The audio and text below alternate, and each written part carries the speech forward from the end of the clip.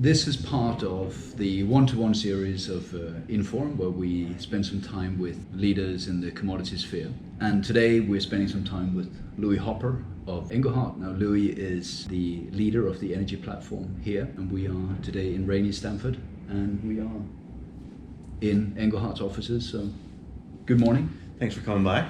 Thank you for having me. We want to talk a little bit about performance and people and cultures. And on that note, we want to talk about picking people and how you pick talent. First of all, in terms of picking trading talent, what do you focus on and why?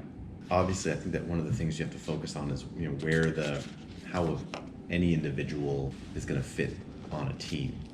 Fundamentally, I'm looking for people who are either trading a completely different market than the current team is trading, or trading the same market in a very different way, right? I want to add people who bring diversification to the platform. So once I've identified sort of the whole in the team, I'm looking for people with a financial background, but preferably have learned from a physical shop at some point during their career. Okay. But have also shown that they're able to generate those returns without that physical infrastructure behind them. Obviously, sometimes we try to hire people who are already at the top of their game and making great money somewhere else, but often what we tend to look for are people who have participated in a physical shop, learned the fundamentals, gone to the hedge fund or spec trading side, have had a certain degree of success that we can verify, but haven't been in the right environment, either with the right risk parameters or the right management or the right colleagues to really take their career up to the next level. So when it comes to identifying complementary or contrasting skills with your existing team, that is first and foremost the priority, to not to double up, not to look at adding where you already have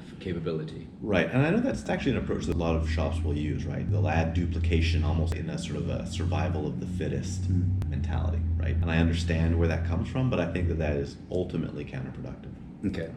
So you will happily entertain some key man risk by having single coverage in some areas as opposed to adding extra bench strength. That's a good point, but that's one of the advantages that we have as a prop trading firm. We don't have turf or areas we must cover, right? Okay. So, of course, we never like to lose people. Unfortunately, we haven't lost too many people. If we do lose someone, it's not like we need to backfill that role immediately, or that it leaves a huge hole in our abilities. Okay.